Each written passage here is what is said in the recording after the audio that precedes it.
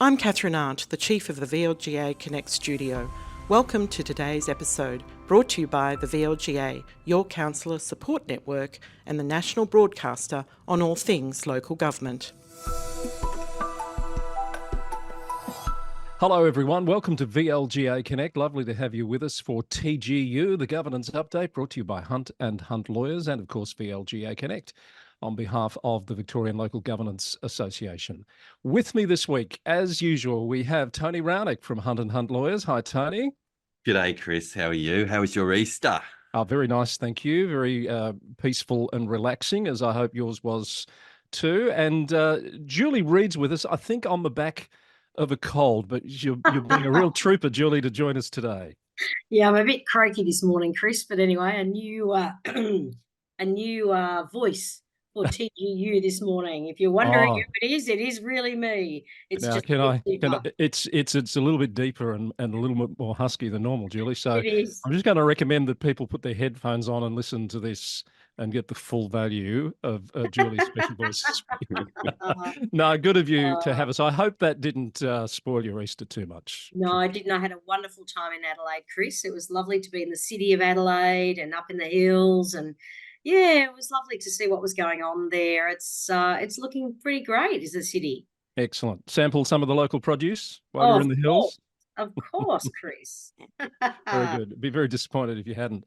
It's April 2024, and Tony, you've had cause to be taking a little trip down memory lane this week. Yeah, it's a bit of an anniversary in local government circles in Victoria this week, Chris and Julie. A 30-year anniversary, in fact. So, got to take you way back to April 1994. I don't know what you were doing in April 94, Chris. Do you give us an idea? I do. Well, yes, that was another life for me. I was in Ballarat at that time, working in regional television at Vic TV.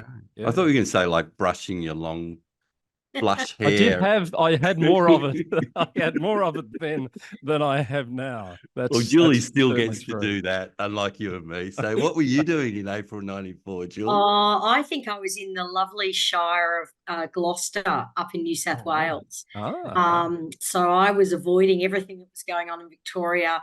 And I was the one and only planner at Gloucestershire Council, and I was dealing with on the brink of an announcement of a major open cut coal mine that was about to lob a planning application on my desk. So I was about to become the focus of the town. So I'm not sure, Tony, you were expecting as specific a memory as that. There you go. No, it's good. It's good. I'm getting a good picture. I'm trying to think what I was doing. I think I was just I know I was just newly married in January of that year, and I think by about April, my lovely wife and I, Susan, had just found out that she was pregnant, and we were probably working out how we would survive on my $16,500 articled clerk salary, as a graduate lawyer salary. But anyway, enough of us, folks. This is all about local government, isn't it? But 30 years ago in local government, if I can take you back to the Age editorial from the 9th of April 1994, discussing a big topic at the time, the restructuring of Melbourne's municipalities then underway. And remember, this is from April 1994, the Age editorial. Today, there are 19 municipalities in inner Melbourne, not counting Footscray, Essendon and Heidelberg. But soon, under the sweeping reorganisation unveiled by the Local Government Board yesterday, those will be reduced to 9. The biggest of the new councils, to be called Darebin, will have a population of about 130,000. The smallest, Yarra, which incorporates Fitzroy, Collingwood and Richmond, and a slab of Northcote, will have 64,000 people. No inner Melbourne council has escaped unscathed.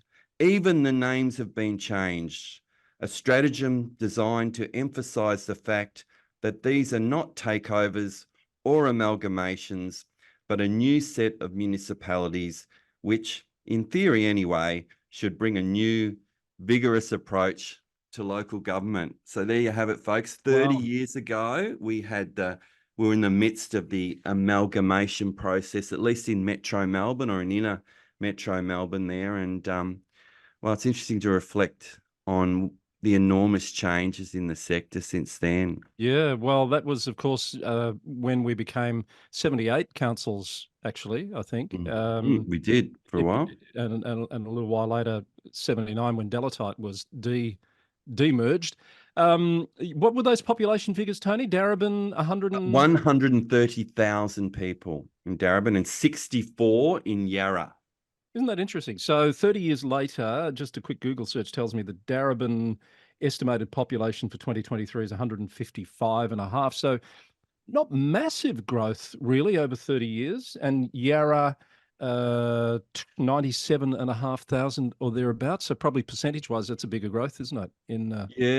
I reckon if we did the numbers on Whittlesea or Wyndham or Casey, we'd see some enormous changes, though, wouldn't we? Very true. Very true. And guys, did you remember how many councillors actually got sacked during that amalgamation period in Victoria? The total amount? Yeah, I don't know the number. Do you know the number? Yeah, I think it was around 1,600. Yeah. Wow. Yeah, it was. Yes, and all those processes to find, the CEOs of the amalgamated councils and the government process to do that before elections. When were the elections? 95 or 96? There was a period of time of commissioners in place, wasn't there? That's right. That's right. I'm not precisely sure on the dates. I'm sure plenty of people listening will recall them. But remember, the angst about all the town halls and, what would happen to all these disused town halls and, but it was driven at the time largely by this perceived need to have efficiencies and did deliver significant financial efficiencies for councils, reductions in rates, I think for most people as well. Under that, the Jeff Kennett government would have been. What was the total? I can't remember the total number of councils prior to going to the 78. It was 100 and something. It was 210, I think. Right. Okay. Even more than I thought. So there are in some of those communities that people still talk about it. Still talk about loss of local identity. Wishing it had not occurred. Of course, we had, as I said, Delatite was demerged. The borough of Queenscliff was carved out, which is always quoted as one of those curious little things, probably a political decision at the time that happened as a result of that amalgamation process. And since we've had the Sunbury out of Hume process, which didn't proceed. So there's still every now and then talk about undoing some of that, isn't there? Yeah, one would have probably thought at the time that, this is perhaps a 10, 15-year scenario, and there'll be a tweak, a change. And you did mention the going from 78 to 79, Chris, but largely been very stable, no changes. And even now, I think we have the occasional argument. We've had the Sunbury Hume thing pop up occasionally, don't we? But largely, it's not an issue in terms of, de-amalgamating in Victoria. Yeah, I guess it depends on who you ask and whether there's been any. My sense is there's been no political appetite for even going there, has there? No, but I think what the message has come through loud and clear from the government in recent times, Chris and Tony, is around sharing services and creating those efficiencies by sharing services. And we've seen some programs that have rolled out where funding has been provided to councils that will work together. So I think the message in all of that is continue to share services, continue to look for opportunities to work together to create those efficiencies because the government is looking at that and watching local governments. So I think that's the clear message in what's happening at the moment. Absolutely. Interesting in the context of what's happening in New South Wales too, where there's a number of amalgamated councils still talking about de-amalgamation. Bayside in Sydney is the latest one to actually debate that quite heavily at their latest meeting, and they're undertaking some in-house business case work to see whether a de-amalgamation might still be the way to go. So interesting trend across the sector. Thanks for that, Tony. That reminiscing 30 years ago. Would you believe it? Time flies, doesn't it? One of those merged councils at the time in the West was Moonee Valley City Council, which has been in the news a bit of late. with IBAC investigations, with monitors appointed. We've had an interesting situation, Tony and Julie, last week when a councillor, former Mayor Cam Nation, resigned from the council with immediate effect about 5 minutes into a council meeting. I think someone told me he was, I haven't seen the meeting, that he was online for the meeting, basically announced his resignation, logged off and was gone. People were looking around saying, oh my, he's actually just resigned and left.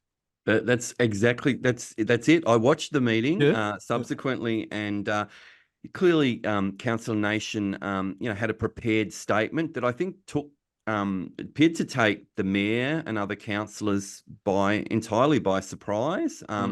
Fairly, early into the meeting, after the formalities of opening a meeting had taken place, he announced that he had a statement. And after 11 years and 6 months, tonight will be my final council meeting at the City of Moonee Valley, and today will be my final day. And as you say, he then signed off, and I think it was something like "ciao," he said. But he did cite difficulty, struggle with balancing work commitments. I think he's been dialing in remotely from regional Victoria, even internationally, into council meetings, as given his work commitments, and he's just essentially said, look, balancing work, council, family is just impossible. So I guess it's an understandable decision based on that change in his role. And there'll be another countback. Yes, the countback's been announced. I think it's late this month, late April. There'll be a countback to fill that position, which will be interesting for someone to come in with just at that point probably 5 months, and even less when you think about caretaker period coming in terms of the councillor role. But I'm not sure I'd recommend that as the MO for signing off from a council without talking to the mayor and your colleagues and the CEO probably, for that matter, first. Be nice to have even just a week's transition period or something to get the messages right and together. But nonetheless, that was done, and it was certainly dramatic, dramatic flourish. Yeah, Chris, it was interesting because I think the whole question of remuneration for councillors has come up again, in this about, the family challenges that he's had, and then, looking at the remuneration that you get as a councillor. We know that was reviewed and that was updated last year. But obviously, another reference to the fact that it's just not worth it. It's just not worth it for the amount of remuneration that you get. Now, we know that it's only, it's not a salary per se, is it? It's really just it's an allowance. An allowance. It's meant to reflect the costs incurred in undertaking the role. That's right. That's right. So it's never going to cover the time that you're going to spend as a councillor. But it's interesting that it's come up again, and interesting to see whether or not there's any shift over the next 12 months in what that looks like. Again, we spoke on a previous show about the vast difference between Victoria and Queensland, I think it is, in terms of what the councillors get remunerated at. So look, it's maybe something that might be up for a bit more debate again. I don't know, but then councils are struggling with some finances. So exactly right. And I haven't detected any political appetite for that, although as we move into a new electoral cycle, or new part of the electoral cycle, that could change. I was just reading, Tony and Julie, by coincidence, some research out of the US this morning, which I've reported a bit on the Local Government News Roundup, where they've done some analysis of the local government level in, I think it was 15 large US cities, primarily to look at whether the ratio of male to female council members has changed, and it has quite dramatically, many more women. But they've also looked at the remuneration of council members, obviously an entirely different system. But in the 8 years of this review period, the remuneration of council members has increased by nearly 30%. So, and that's apparently in recognition of the role and the challenges, etc. So some jurisdictions are looking at that issue very seriously. Wow, and that's pretty significant, isn't it? 30%. Well, it is over 8 years. I don't think we'd have increased anything like that in Victoria over period of time. Okay, quite a bit happening on the CEO front this week. We might note some of these. We want to send our best wishes to Julie Salomon at Strathbogie Shire. They've had, a really tough time, of course, there with the councillors dismissed, a whole range of governance issues leading up to that, an administrator in place until October. Julie has announced this week that she'll step down in July. As I understand it from the reporting in the local press, doesn't have another gig to go to at this point, is wanting to do some travel and take some time out for herself, which of course I think is commendable on her part. So we want to send her our best wishes for whatever comes next. Yeah, absolutely, Chris. And Julie's been really solid, sort of, working through a really, really tough time at Strathbogie and done a great job in leading the organisation through there.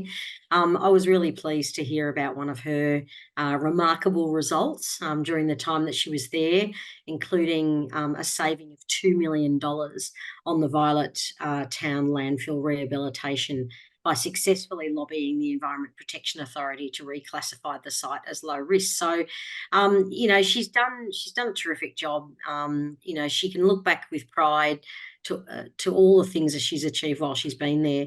And we do wish her well. She's a very talented lady, and no doubt she will have a really nice break, and she'll really appreciate having a break. And no doubt she'll be bouncing back and doing some amazing work, no doubt. Yes. So unfortunate to see a female CEO stepping down, but there's some good news on the front too. And I haven't crunched the numbers yet, but it feels like the dial's starting to shift a little bit, Julie. We've had two CEOs appointed this week at East Gippsland and Hindmarsh. They're both women. Congratulations to Fiona Weigall, who's taking the reins at East Gippsland. She's been acting there for some time.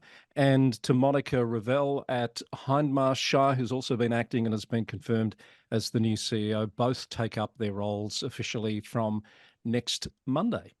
Yeah, and it's great news, Chris, because they're people that have come through the organisation and that have actually stepped into the role from an internal position.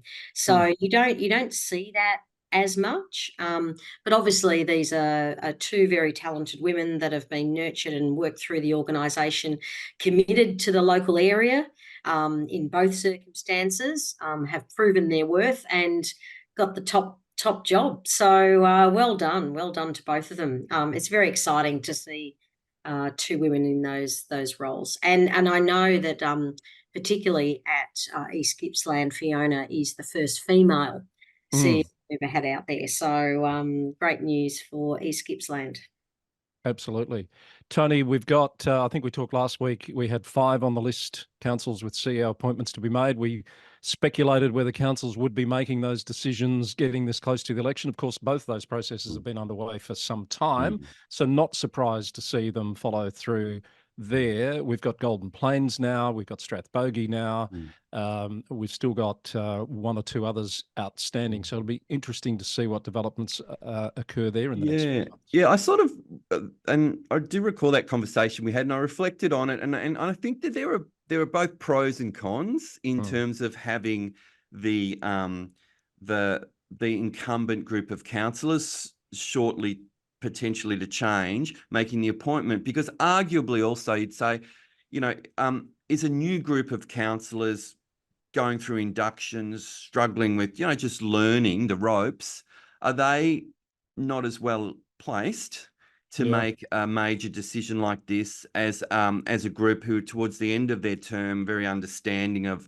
the challenges, having worked with various of the officers within the organisation, have a good sense of capacities and particular needs. So whilst perhaps last week we spoke about an argument in favour of letting the new group choose their person, there's also a good argument to say, have the experienced bunch make the decision and give some sort of clear air then for the new cohort that comes in, potentially, because some of the existing councillors re-elected, so they don't have to make a really tough decision early on.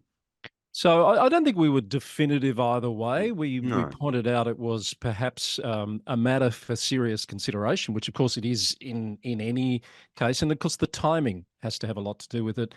And I think the Act still prohibits the appointment of an acting for more than 12 months. So you've got to take that into account, don't you? Yeah, absolutely. So, yeah, important decisions and lots of factors that need to be taken into account there. But I think that's worth revisiting in the way that you have, Tony. So we'll keep an eye on those. It's 4 councils. The other 2 are Glenelg and I just had it up on the list. I've lost it again.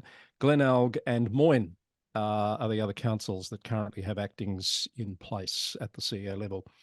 A quick follow-up on a story we covered a couple of weeks ago. Baw Baw Shire Council, believed to be the first regional council, in Victoria at least, to introduce a place naming and feature naming policy that requires a certain percentage, 70% of suggestions for new naming brought forward to recognise women. That's in line with a similar state government strategy.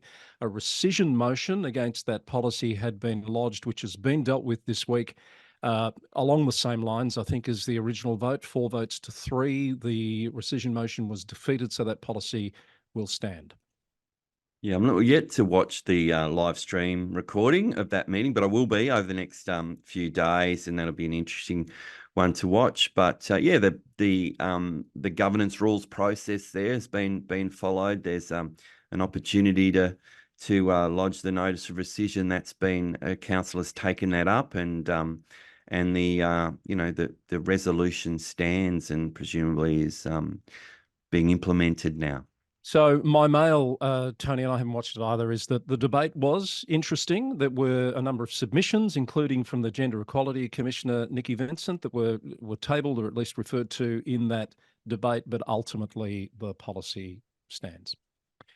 Okay, Wellington Shire Council, while we're down in Gippsland, is dealing with the curious case of the disappearing Facebook page. So apparently last week, at some point out of the blue, Meta, for whatever reason, it's been suggested it might have been because of some sort of an upgrade, completely removed Wellington Shire Council's Facebook page, and they're still working to try and resolve that matter, looking at perhaps creating a new page and using other communication channels in the meantime. But it just shows you're at the mercy of this this media giant if they decide to switch you off. Absolutely. Yeah, I did see the statement from the Mayor, Councillor Ian Bye, on the Wellington Shire Council website, and 20,000 followers, I think it was mentioned in terms of the Facebook comms. So yeah, as you say, council have really prioritised a new page because really highlighting the value of talking with and hearing from the community through these social media channels. I think if Facebook is now seen as a bit more for the older people, Chris and Julie, they say. Maybe that's the 40 The young pluses, people say that, yes, they Who are do. you looking at when you say that, Tony? But nonetheless, they're an important group in the community. Yeah. But yeah, things like Twitter and Instagram and other sort of mediums are perhaps a bit more popular with the 20 somethings. But yeah, Facebook is still a very meaningful. And I've heard Instagram's even a bit on the way out too, but I'm certainly no expert on what younger people use to engage these days. It's all Snapchat, is it? Okay. Not TikTok? Not TikTok? Yeah, and TikTok. And TikTok and Snapchat. Yeah. Julie's got our finger on the young people's pulse, I think. But it just shows you, though, how important and entrenched Facebook has become as a communication channel. We're talking about reminiscing. It's probably 30 years or so ago, a bit later, when I was a young communications officer in a council, and I remember Facebook was becoming a thing and had started talking about establishing a council Facebook page. Certain senior executives were like, no, don't waste your time, don't waste the money if there's any money involved, because it's just a passing fad. Yeah. And look where we are now. Look where we are now. That's right. Yeah, and most councils use it. Yeah, that's right. They'll have officers that will be, dealing with posts all the time. So, yeah, it's an interesting form of accessing information at your local council. I think it actually, if you are on Facebook, it's actually quite an effective way to get updates where you just follow the council. So, of course, I follow all councils. Yes. Yes. Well, I pretty I much follow all. I follow pretty much all of them too, all around Australia, to be honest, Julie. But just thinking about the treasure trove of content that I still know. exists there, that has been lost because that Facebook page has disappeared, Yeah, and I I just know. hope that they'll be able to get that Yeah, content back, because it's yeah. priceless, really. Good luck ringing the customer service team at Meta. Yeah, yeah. Well, I suspect that's part of the problem. All right, we'll keep an eye on that one, and hopefully there'll be a happy outcome. Yeah. Guys, as we sit here on the 5th of April recording this, we're a few days past the 1st of April and traditional April Fool's Day pranks. I didn't Oh, notice a lot of councils getting involved this year, but there were two that caught my eye. The train to Costco from Brimbank, and JLF might be able to put up an image from Brimbank's Facebook oh. page here. And a new mascot at Townsville City Council with a lovely artist's representation of the bin chicken. Now, I think we probably spotted these immediately as being April Fools, didn't we? I love the bin chicken. It's fantastic. Looks like it's been drawn by a 2-year-old, mind It you. had, I'm sure it has, or Yeah. someone trying to emulate a 2-year-old. Yes. But I thought it was hilarious. But anyway, the only other one that I saw this week, Chris, was the London Eye. Was apparently the London Eye had been dismantled and was going to Loch Lomond. Did you hear Oh, about that one? no, I did not. The banks of Loch Lomond, and there's an image of the London Eye sort of lying across the Thames. Don't you And mean the Bonnie banks of Loch Lomond? oh, sorry, yes.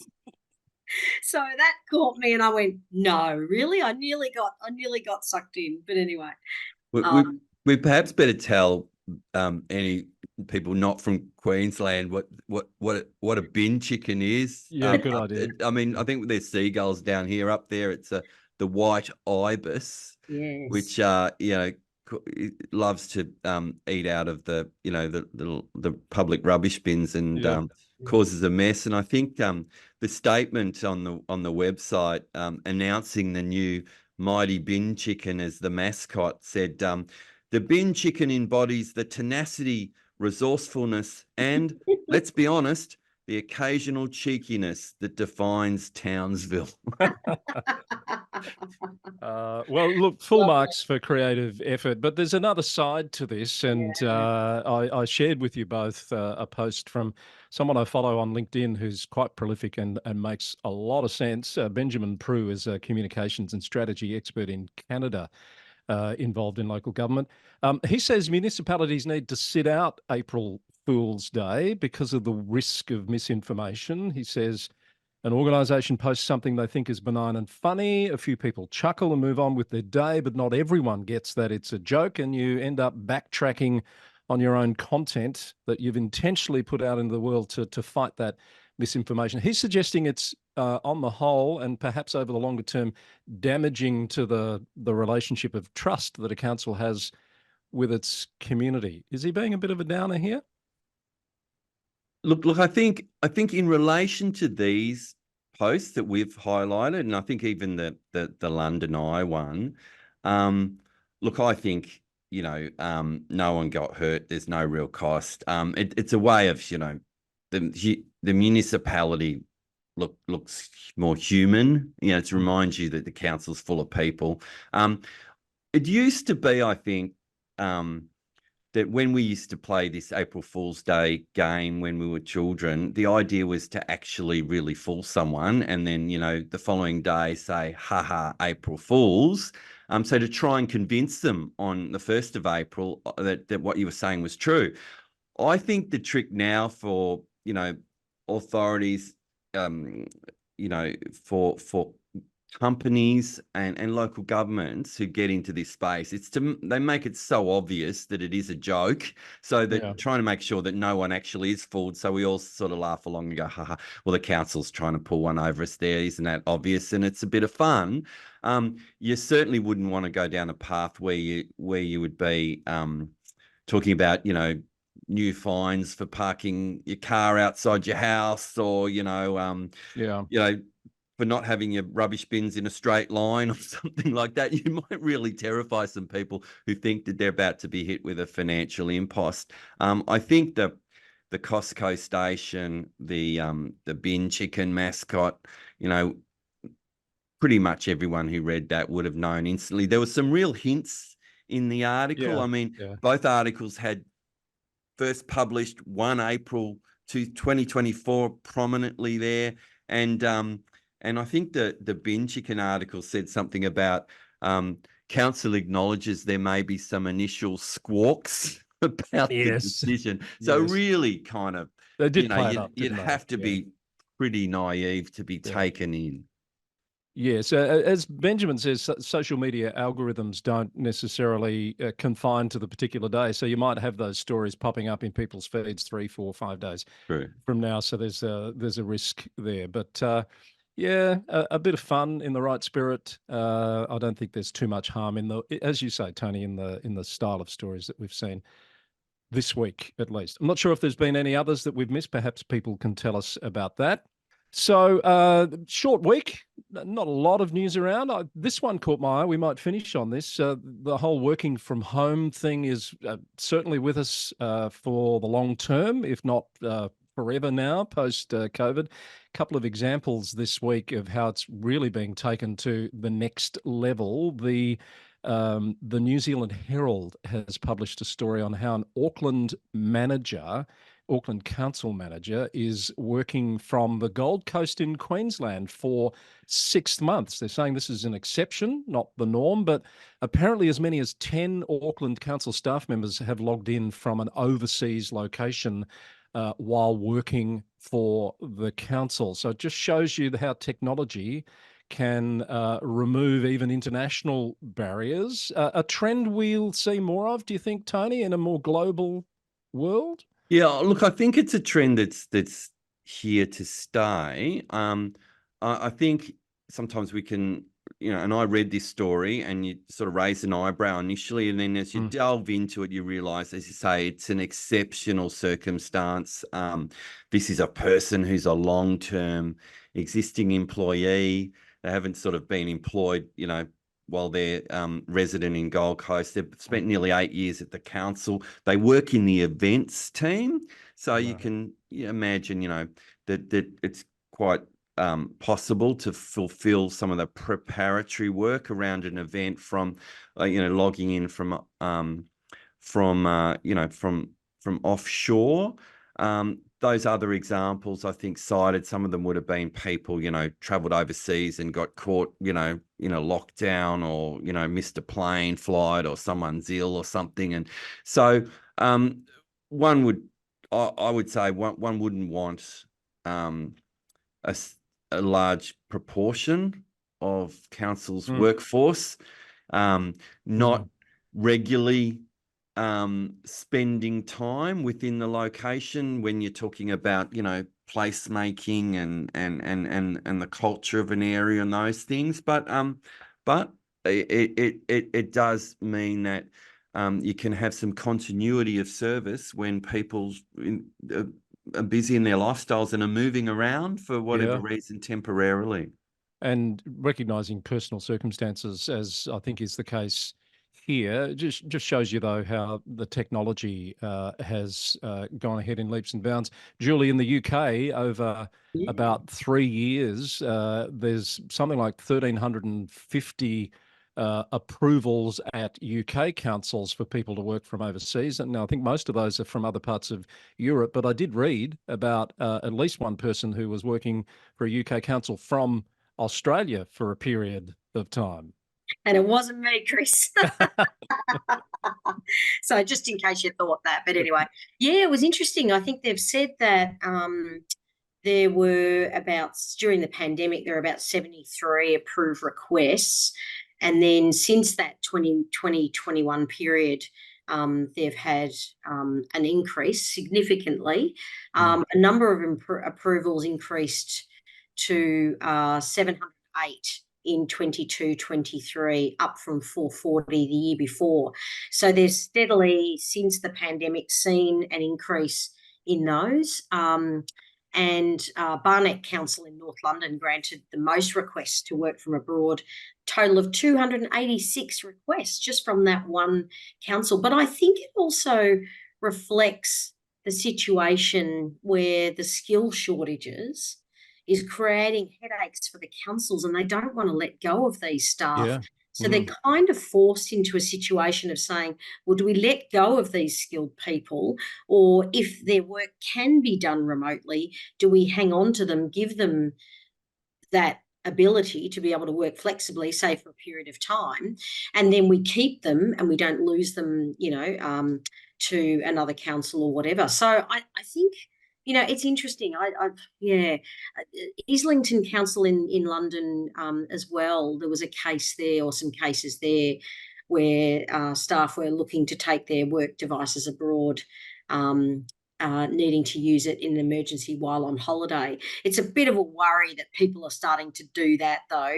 Go on holiday, take your work device, for emergency services. You never let go. You never really have a proper rest. So I think I'm not too sure whether I necessarily agree with that, because I think people do need to take a break from work, because it's a pretty intense work environment, as we know. So look, I think there's pros and cons. I think because of the skill shortages, I think that's probably putting pressure on councils, and because it is a real option now for some roles. Yeah. Absolutely. All right. Interesting developments there. That's all I have on the list this week, folks. As I said, a shorter week. I'm sure there'll be lots more to talk about next week. Anything, Tony, you'd like to add? No. As I say, a nice short week. I think we've got a few coming up. We've got Anzac Day holiday coming up as well, which of course still for councillors often involves a lot of commitments, attending Anzac Day ceremonies and those sorts of things in local areas. But yes, I'm sure there will be plenty more new, interesting and challenging stories out of local government next week. They're not going to stop. No, and I hope not too many of them are extreme weather event related. I noticed this morning Blacktown in Sydney, Redlands in Queensland, very quick to open sandbagging stations as all that rain bears down, and they're expecting flooding. I think much of the East Coast, even into Victoria, expecting some pretty significant rain in the days just ahead. So we send our best wishes to the councils on the front line dealing with that issue yet again, Julie. Yeah, that's right, Chris. And I've noticed there's also these waves of COVID coming through again as well. Really? As the colder weather. I noticed that in Adelaide, there was waves of COVID going through Adelaide, coming up to the cooler months as well, whether that's going to mean we're going to end up having a lot of staff off again. It hasn't gone away, and so we're not getting the level of reporting on it that we used to, are we? So it's a bit of a sleeper now, isn't it? It is a bit of a sleeper. Yeah. So has anyone not had it? I haven't had it yet. Oh, you're on a very exclusive list, I think, Tony. You're so excited you're just about pulling your studio down there. I've ruined my studio. we better wrap it up. It's all falling apart here, folks. I think I know one other person who hasn't had at least one bout of COVID. So there you go. You're in rarefied company. All right, let's wrap it up. Thank you, Julie. I hope you're feeling much better when we talk next. Thank you. Hope to get rid of the croaky voice very soon. Talk to you both next week. Thanks very much for being with us, and to our listeners and viewers on TGU from VLGA Connect, with thanks to our sponsors at Hunt and Hunt Lawyers. We'll catch up with you again very soon. Bye for now.